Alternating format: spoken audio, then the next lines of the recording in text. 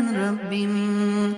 Ey beni keder ile vurup tarumar eden Rabbim. Şükrün ve sabrın siperinden asla ayırma beni. Şükrün ve sabrın siperinden asla ayırma beni. Ey kıvılcımlarımı imtihanlar eden Rabbim. Ey şu yağmurlarımı gökyüzünde kar eden Rabbim.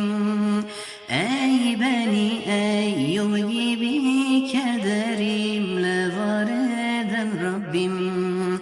Şükrün ve sabrın siperinden asla ayırma beni. Şükrün ve sabrın siperinden asla ayırma beni.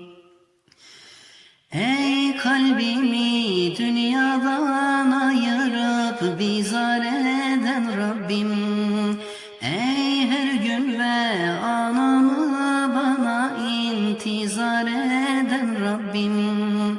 Ey hayat vahasında beni bir mezar eden Rabbim. Şükrün ve sabrın siperinden asla ayırma beni. Şükrün ve sabrın siperinden asla ayırma beni.